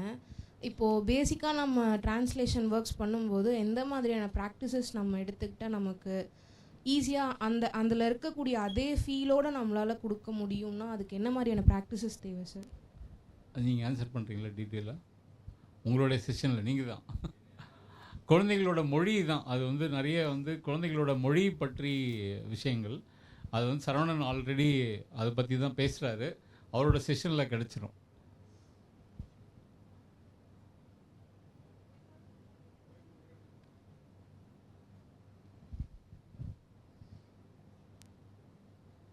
Hi sir. இப்போது மேக்ஸிமம் யூடியூப்பில் வந்து அந்த கதைகள் நிறையா பார்க்குறாங்க. நம்ம நீங்கள் சொன்னீங்க குழந்தைங்களுக்கான நேரம் வந்து ரொம்ப குறைவாக இருக்குன்னு. அப்போ கிடைக்கிற நேரத்தில் அவங்க புக்ஸ் எடுத்து படிப்பாங்களா, இல்லை அவங்க ஃபோன் பார்ப்பாங்களா? அப்போ அவங்க கையிலேருந்து ஃபோன் வாங்கிட்டு புக்ஸ் கொடுக்குறது எப்படி? இல்லை, அதுதான் தேவையாக இருக்குது. ஏன் இப்போது ரொம்ப ஒரு சின்ன டிஃப்ரென்ஸ் வந்து என்ன அப்படின்னா,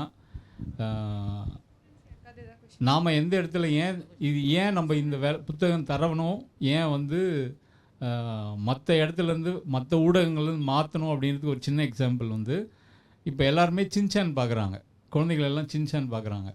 அந்த சின்சான் பார்க்கும்போது அவர்களுக்கான குழந்தைகளுக்கான எந்த இடத்துல வந்து அவர்களுக்கு வேலை இருக்குது, கண்ணுக்கு இருக்க வேலை இருக்குது, காதுக்கு இருக்க வேலை இருக்குது. ஆனால் ப்ராசஸ் பண்ணுறதுக்கு எந்த வேலையும், மூளைக்கு வந்து எந்த வேலையுமே கிடையாது. அது வந்து ஒரு ஐடியலாக இருக்குது. அந்த ஐடியல் டைம்னால தான் வந்து அந்த டைமில் எதனா சாப்பிட்லாமா, அந்த பார்த்துனே சாப்பிட்லாமா அப்படின்லாம் தோணுது. ஆனால் இதே வந்து நீங்கள் புத்தகம் வாசிக்கும்போது இப்போ இதே கதையை தான் தொடர்ச்சியாக சொல்லப்படுற ஒரு ஊரில் ஒரு பாட்டி வடை சுடுறாங்கன்ற கதை வந்து அதே கதை அந்த லைனை சொல்லிட்ட அப்புறம் இங்கே எல்லாருக்கும் ஒரு ஃப்ளாஷ் வந்திருக்கும். ஒரு ஊரில் ஒரு பாட்டி வடை சுடுறாங்க அப்படின்னா அந்த ஊரை பற்றி, அந்த பாட்டியை பற்றி, அந்த பாட்டி எந்த இடத்துல உட்காந்துருக்காங்க, அதெல்லாம் ஒரு ஃப்ராக்ஷன் ஆஃப் அ செகண்டில் எல்லார் மைண்ட்லேயும் வந்து போகும். இப்போது இந்த டைரக்ஷன் எல்லாமே யாருன்னா குழந்தைகள் பண்ணுறாங்க. அந்த பாட்டி வந்து தான் இது வரைக்கும் பார்த்த பாட்டியிலே ரொம்ப பிடித்த பாட்டி, அல்லது ஏதோ ஒரு ஓவியங்களில் பார்த்த பாட்டி அந்த இடத்துல வந்து நிற்க போகிறாங்க. ஒரு இடம் வந்து அதே போல் தான் மிக ரம்மியமான ஒரு இடமா இருக்கும். ஒரு ஊரில் அப்படின்னு சொன்ன உடனே அந்த ஊர் வந்து அவர்களுக்கு ரொம்ப பிடித்தமான இடமா அல்லது எங்கே போகணுன்னு நினைக்கிற இடமா அந்த இடமா மாறும். இப்போது எல்லாமே எங்கே நடக்குதுன்னா உங்களுடைய அந்த உள்ள மைண்டுக்குள்ளே நடக்குது. இது ஏன் அவசியம் அப்படின்னா, குழந்தைகளுக்கு இந்த உள்ளுக்குள்ளே அந்த சிந்திக்கும் திறன் அல்ல விஷுவலைசிங் ஸ்கில் வந்து வரும்போது தான் அவர்களுடைய க்ரியேட்டிவ் ஸ்கில் அதிகமாகும். க்ரியேட்டிவ் ஸ்கில் மட்டும் இல்லாமல் லாங்குவேஜ் ஸ்கில் எல்லாமே வந்து வாசிக்கும் போது நடக்குது. ஆனால் இதே வந்து நீங்கள் யூடியூப் பார்க்குறதோ, கார்ட்டூன் பார்க்குறதோ, யாரோ ஒருத்தர் கதை சொல்லும்போது இந்த ப்ராசஸ் வந்து ஜீரோவாக இருக்க போகுது. ஜீரோ இல்லை, அல்லது ரொம்ப ரொம்ப கம்மியாக இருக்க போகுது. அப்போவும் நடக்கும், ஆனால் ரொம்ப கம்மியாக இருக்க போகுது. அப்போ இந்த ப்ராசஸை அதிகப்படுத்த வேண்டியது அவசியம்னு நம்மளுக்கு முதல்ல புரியணும். அதற்காக கூடுதலான மெனக்கெடுதல் வந்து தேவைப்படுது.